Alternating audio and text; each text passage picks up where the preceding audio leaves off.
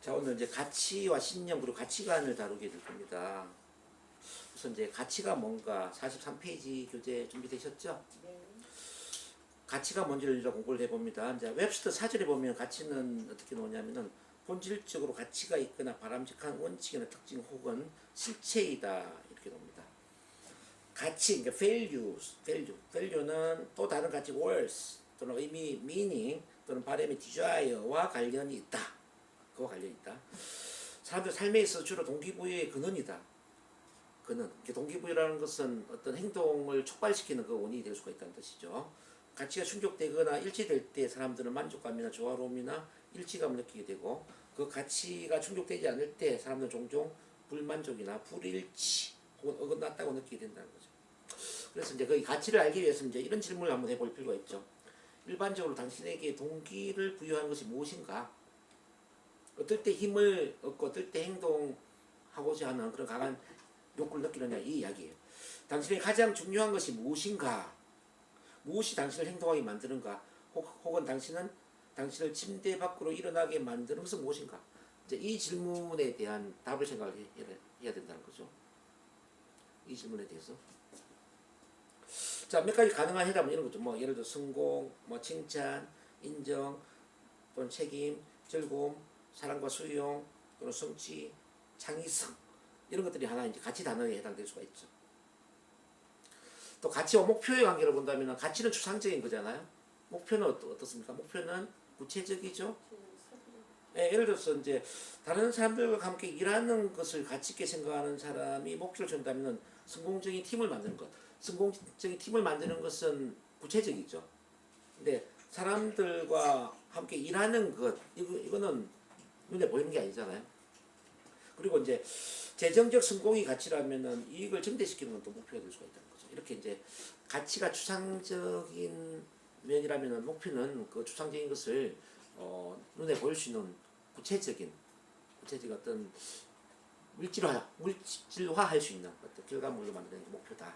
이렇게 이제 이해를 해줄 수가 있습니다. 자, 그 다음에 이제 그럼 가치 단어를 한번 넘겨봐봐요. 가치 단어.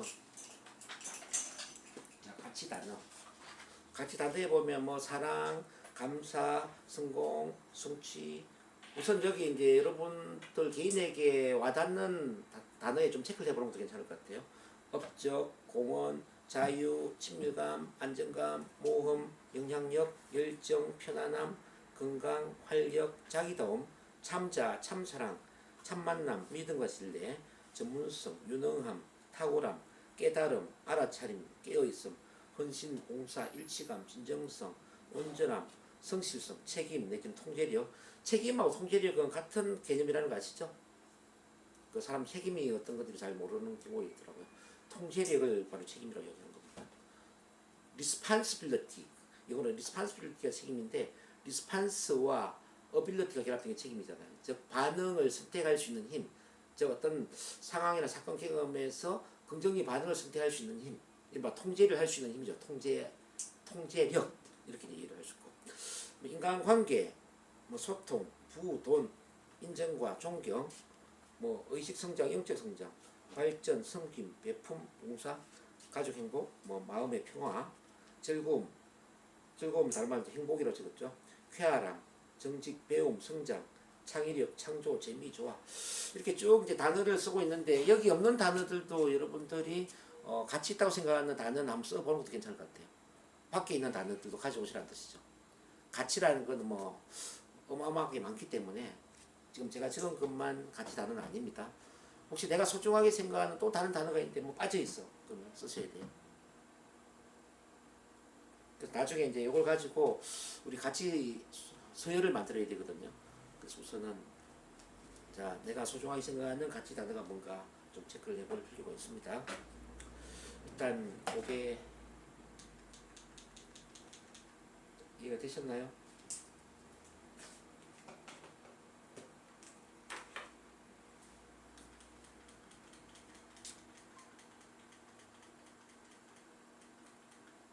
동그라미 해보니까 엄청 많네.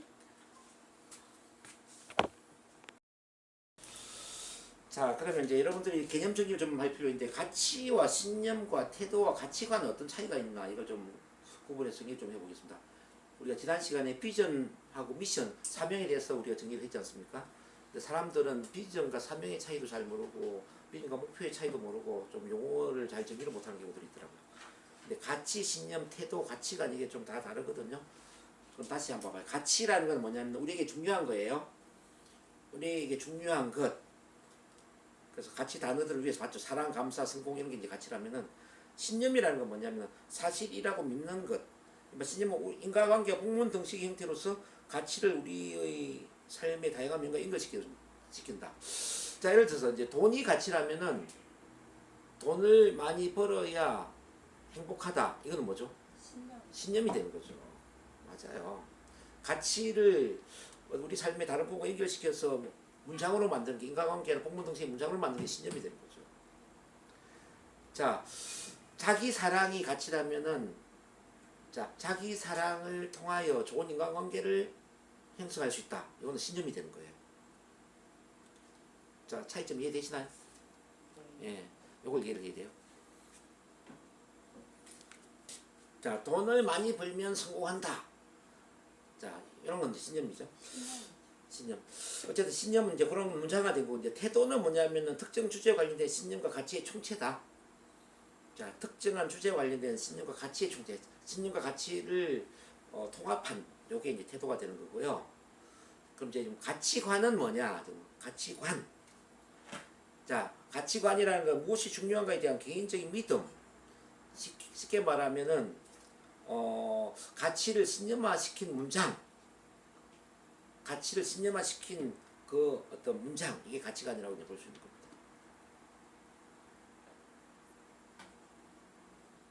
자, 약간 차이가 있지만은 뭐 이해가 되실 줄 믿습니다. 자, 그러면 그 다음 페이지 보면요, 이렇게 나오죠. 이제 가치관에 대한 이야기가 쭉 나오는데요. 가치관이란 무엇이 중요한가에 대한 개인적인 믿음입니다. 즉 옳고 틀리고 좋고 나쁘고에 대한 개인적인 믿음입니다. 인생의 가치관은 마치 나침판과 같은 힘을 발휘합니다. 인생의 나침판. 내적 일치, 개인적인 통합성, 통일에 대한 느낌은 현재 행동에 대해 자신의 가치관이 어느 정도 충족되고 있는가 하는 감각에서 논다. 그래서 가치관에 그 일치되는 행동을 하거나 그러면 힘이 실리죠. 가치관 일치된 일을 하면은 일을 열정적으로 할 수 있을 거예요. 가치관에 일치된 어떤 뭐 연설을 한다든지 강의를 한다든지 그러면은 아주 열정적인 멋진 강의를 할 수 있을 겁니다. 네, 만약에 이제 가치관에서 벗어난 어떤 비즈니스를 하거나 일을 하면은 열정이 실리지 않겠죠. 마지 못해서 일을 할 수 있겠지만은 아마 힘이 실리지 않을 거예요. 자기 옳다고 생각하는 일을 할 때 그때 힘이 실리는 거거든요. 근데 이 가치관은 어떻게 형성되느냐면 아버지와 특히 전통적인 가정의 어머니가 가치관을 형성하는데 큰 역할을 합니다. 이른바 가치관 대부분 상벌 기법을 통해서 프로그래밍이 됩니다. 어릴 때 우리가 뭐 부모의 가치를 따르면은 상을 주고 부모의 가치에서 벗어난 행동을 하면은 부질함을 듣잖아요. 그죠? 아, 그러면은 우리 어머니가 또는 우리 아버지가 이런 거 칭찬해 주니까 이걸 따라야 되겠네. 이런 부분에 부질함하게 이건 하면 안 되겠네. 이런 것들을 이제 우리가 학습을 하게 되는 거죠. 학습. 근데 부모님의 가치관이 항상 옳은 건 아니잖아요. 항상 옳은 건 아니죠. 그래서 이제 이 가치관이라는 것은 무엇이 뭐 옳다 틀리다 이렇게 사람마다 다양하기 때문에 나의 가치관이 항상 옳다고 고집할 수는 없습니다. 그리고 사람들의 어떤 대부분의 갈등은 가치관의 갈등에서 비롯되거든요. 가치관의 갈등에서 비롯됩니다. 부부 싸움도 그렇고 부모와 자녀와의 갈등도 그렇고 뭐 직장의 어떤 인간관계 갈등, 이 가치관의 갈등에서 생겨나는 것들이 굉장히 많아요. 그럼 가치를 알 수 있는 건 어떻게 해서 우리가 알 수 있냐? 선택의 순간에 무엇을 선택하느냐에 따라서 무엇을 높은 가치로 놓느냐에 의해 결정된다. 그런 점에서 가치가 누구와 어떻게 행동할지 예측할 수 있는 가장 중요한 도구입니다. 오늘 예를 들어서 이제 여기 두 분이 오셨는데 자기 개발을 1순위로 보는 사람과 가정의 행복을 1순위로 보는 사람과 자, 우리가 행동에 차이가 있을 수 있거든요. 예를 들어서 오늘 가족 행사가 있을 수 있어요. 이를테면 가족 행사가 있는데 자기 개발이 1순위예요. 그러면은 그분은 가족 행사에 빠지고 이게 NLP 교육에 참가할 수도 있겠죠. 이해되시나요? 네. 근데 가족 행복 1순위인 사람은 아마 NLP 수업을 빠지고 가족 행사에 참가하겠죠. 이게 이해가 되시나요? 네. 자, 우리 그럼 이제 박영복 선생님 같은 경우는 저는 이제 가치관의 갈등들을 많이 한다는 걸 제가 많이 느끼거든요. 마라톤에 가야 되나, NLP에 와야 되나, 뭐 이런 갈등들이 있을 거란 말이죠. 이분 같은 경우에는 오늘 이제 물론 안 해봐서 잘 모르겠는데 어떤 신체적인 건강이라든지 어떤 신체적인 자기 관리라든지 뭐 이런 부분하고 또 정신적인 성장이나 뭐 또는 자기 개발이나 이런 쪽과 비교를 한다면은 아직은 제가 볼 때는 정신적인 자기 개발보다는 신체적인 건강 쪽이 더 높지 않냐 하는 생각이 들어요. 그러니까 이제 마라톤이 있어도 빠지잖아요. 그렇지 않아요? 관계의 문제인 것 같아요. 오히려. 관계요. 그 여기에서 관계를 맺어가지고 네. 자기가 지금 활동할 수 있는 외연을 확장하는 것보다 네. 거기에서 그동안 쭉 해놨던 사람들과의 관계로서 자기가 평가되는 것들이 좀 다른 거죠. 그럴 수도 있죠. 아, 그렇게 볼 수도 있겠네. 건강이라기보다는 어떤 팀워크, 그렇죠. 그렇죠. 팀워크, 인간관계와 그러면 인간관계와 여기 어떤 배움과 성장 이렇게 볼 수 있겠네. 그렇죠. 그러면 배움과 성장보다는 인간관계, 팀워크나 믿음 관계가 더 중요하다. 제가 볼 때는 박윤호 선생님이 약간 스타 의식이 마라톤으로 스타가 되잖아요. 네. 그 나이에 네. 또 오래 해왔고 음. 그래서 그 스타 의식이 못 내려놓게 하는 게 있지 않나 이런 생각. 어쨌든 그거 좀 따져봐야 되는데 순위가 어쨌든 마라톤이 위에 있는 건 사실이잖아. 맞아요. 의미 있죠. 어쨌든 이게 이제 어느 날 순서가 바뀌는 때가 오겠죠. 그렇죠. 가치의 순위도 바뀌죠. 그렇습니다.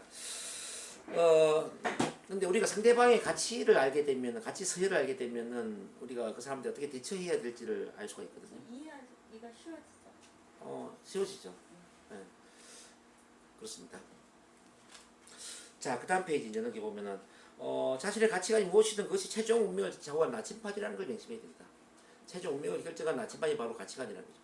만약 중요한 결정을 내리기 힘들다면 자신의 가치관에 대해 잘 모르기 때문일 것이다. 가치관이 잘 정리되어 있는 사람은 결정을 내리는데 신속하죠. 신속. 네. 아주 신속하죠. 근데 결정 내리기 좀 힘들면 아직 가치관의 정리가 안 되어 있는 거죠. 그 다음에 이제 중간 가치관을 추구하기 앞선 자신이 진정 원하는 가치관을 모르는 경우가 있을 수 있습니다. 중간 가치관은 뭐냐면은 예를 들어 돈은 중간 가치관이에요. 돈으로 이룰 수 있는 것은 그 위에 상위 가치관이에요. 예를 들어서 이렇게 물어볼 수 있겠죠. 돈을 많이 벌면 뭐가 좋아요? 돈을 많이 벌면은 뭐가 좋아요? 이렇게 제가 물었을 때 돈을 많이 벌면은 자유롭게 원하는 걸 이룰 수 있잖아요. 그럼 자유는 돈 위에 있는 상위 개념이겠죠. 뭐 자유롭게 원하는 걸 이루게 되면은 뭐가 좋죠? 자유롭게 할 수 있는 게 많아진다면은 저의 잠재 능력이 발휘되잖아요. 제가 좋아하는 일을 하니까. 그 어떤 능력 발휘, 유능해지고 싶다는 이야기군요. 유능. 그렇게 유능해지면 또 뭐가 좋아지는데요? 자, 유능해지면은 이 사회를 위해서 많은 공헌을 할 수 있잖아요. 좋은 일을 많이 할 수 있잖아요. 사회적 공헌. 자, 사회적 공헌을 하게 되면은 그 다음에 뭐가 좋아요? 아니, 태어난 의미를 다하는 게 행복하죠. 뭐 예를 들어서 이제 이렇게 쭉 나이를 대해서 그럼 이 사람의 그 가치의 상위 개념은 사회적 공헌이거든요. 사회적 공헌, 그다음 유능함, 그다음에 자유, 그다음 돈이란 말이에요. 이 돈은 중간 가치관이죠. 그럼 이제 우리가 내가 돈을 많이 버는 이유는 내가 좀 자유롭게 내가 능력 발휘해서 사회적 공헌을 하기 위해서 돈을 많이 벌어야 돼. 이걸 알고 있는 사람하고 이제 돈을 많이 벌기에 급급해가지고 자기가 유능해지고 사회적 공헌을 해야 된다는 그 상위 최종 가치관을 모르는 경우가 있을 수 있단 말이에요. 많은 분들이 그런 오류를 범하거든요. 나는 돈을 많이 벌면은 뭐든지 할 수 있을 것 같아. 그래서 난 돈이 최고야. 돈을 쫓는 거야. 사실 돈은 중간 가치관이거든요. 근데 돈으로 할 수 있는 그 상위의 가치관을 알면서 이런 이유 때문에 이런 가치를 실현하기 위해서 내가 돈이 필요해. 그래서 난 돈을 많이 벌 거야. 이거하고는 천지 차이가 다르다뇨. 그래서 많은 분들이 불행한 이유는 중간 가치가 아니라 뭐 돈을 추구하기에 너무 바빠가지고 돈으로 이룰 수 있는 상위의 그 최종 가치관을 모르게 됩니다. 오늘 이제 우리 두 분 선생님도 이제 그걸 좀 이해를 하셔서 우리가 다 돈이 필요하잖아요. 근데 돈을 뛰어넘어서 정말 이루고자 하는 가치가 뭔가를 알면은 아마 행복한 삶을 살 수 있지 않을까 하는 생각이 들어요. 그럼 이제 이 준비 작업을 하기 위해서 내 인생에 가장 중요한 게 뭔가를 지금 한번 써보도록 하겠습니다. 여기 보면 자기다움, 뭐 깨달음, 의식 성장, 창조, 책임, 유능함, 참만남, 참사랑, 참자, 섬김, 봉사, 사랑, 감사. 이건 이제 제 관점에서 써놓은 거거든요. 비슷한데요. 비슷해요? 어쨌든 그 여러분들 내 인생에 소중한 게 뭔가를 한번 써보는 거예요. 뭐 있는 거 동그라미 쳐도 되고요. 나도 이런 거 좋아한다 그러면 동그라미 치셔도 되고 그 외에 필요한 거 좀 써보는 겁니다. 앞에 이거 다 있는 것 같아요.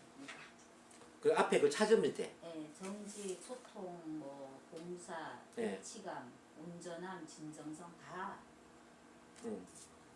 필요한 거 다 넣어놓으시면 많은 거를 나눌 수 있는 상태임에도 불구하고 네. 마음은 거기까지 잘 못 가지.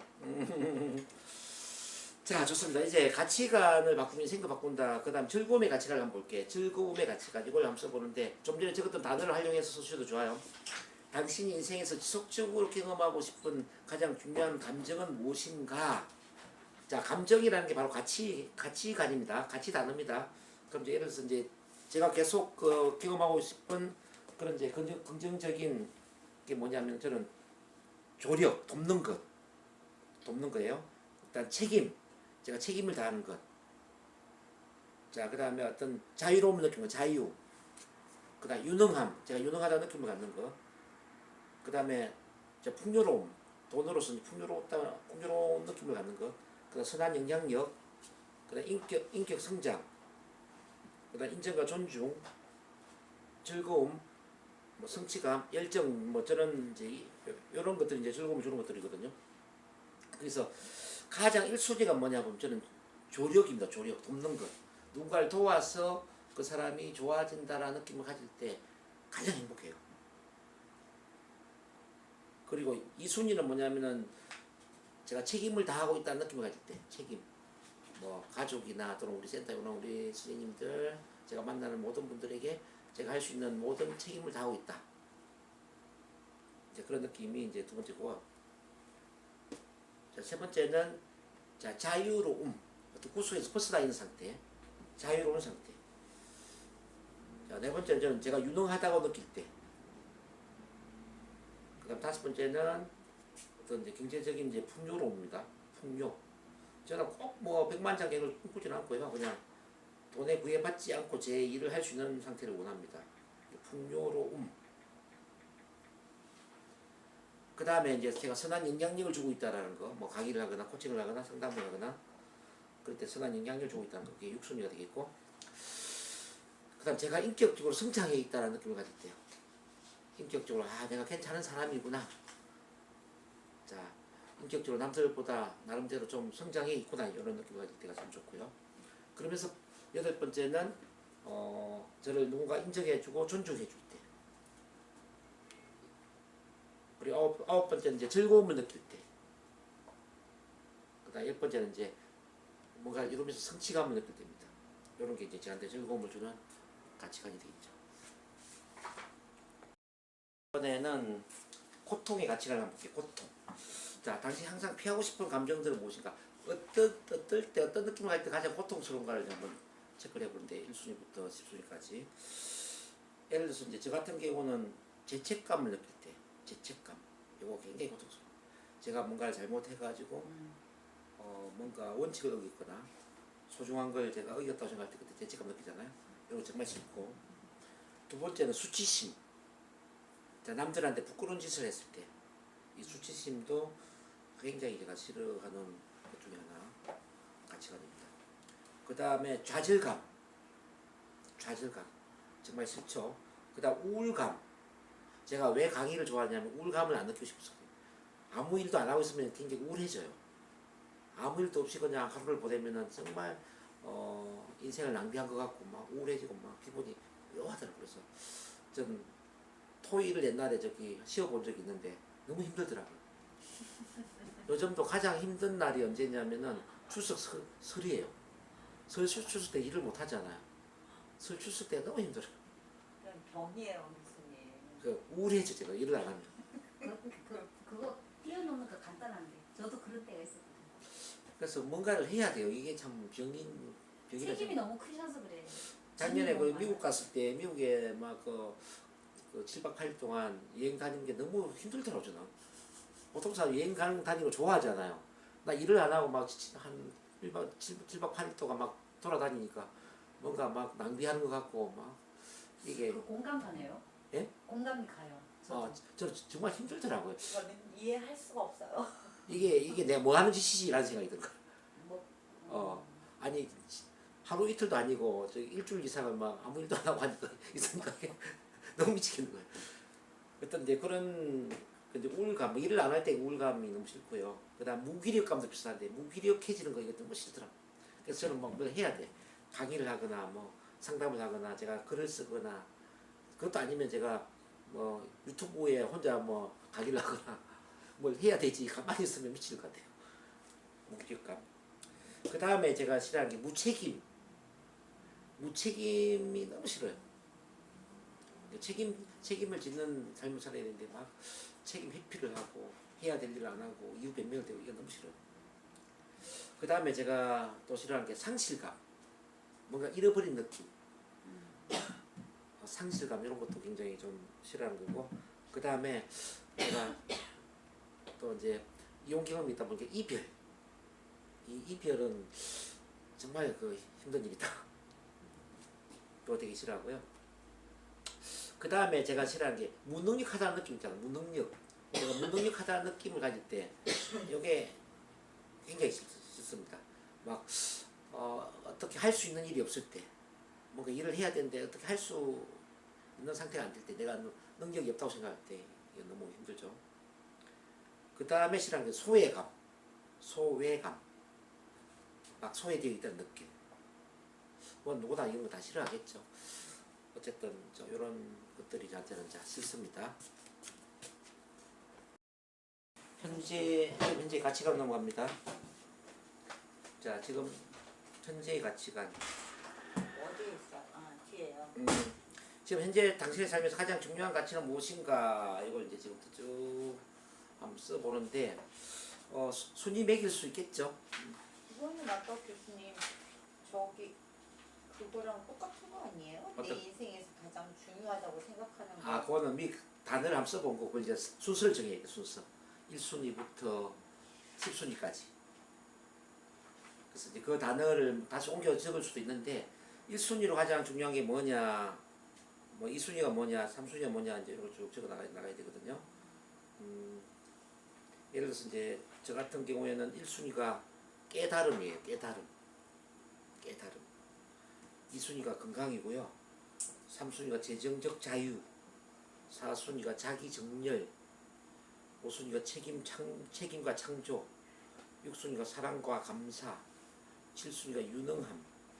8순위가 알아차림. 9순위가 온전함. 10순위가 참만남 이렇게 나오거든요. 그래서 이게 이제 사람마다 순위가 좀 다를 수가 있습니다. 자, 지금 현재의 가치관을 그대로 가져가도 괜찮으면 그대로 가져가도 괜찮아요. 내가 정말 위대한 삶을 살기 위해서는 어떤 가치관을 가져야 될까? 지금 현재 가치관의 순서를 그대로 가져가도 괜찮으면 그대로 쓰셔도 되고, 자, 이거는 순서를 좀 바꿔야 되겠다. 자, 좀 더 위대한 삶이 되기 위해서는 뭐 밑에 있는 가치가 올라가야 되겠다, 또는 뭐 내려가야 되겠다, 이런 게 있을 수 있겠죠. 그걸 한번 수정을 한번 해보도록 하겠습니다. 자, 현재 입장에서 하지 말고, 자, 미래적인 입장에서 그렇게 한번 해보는 겁니다.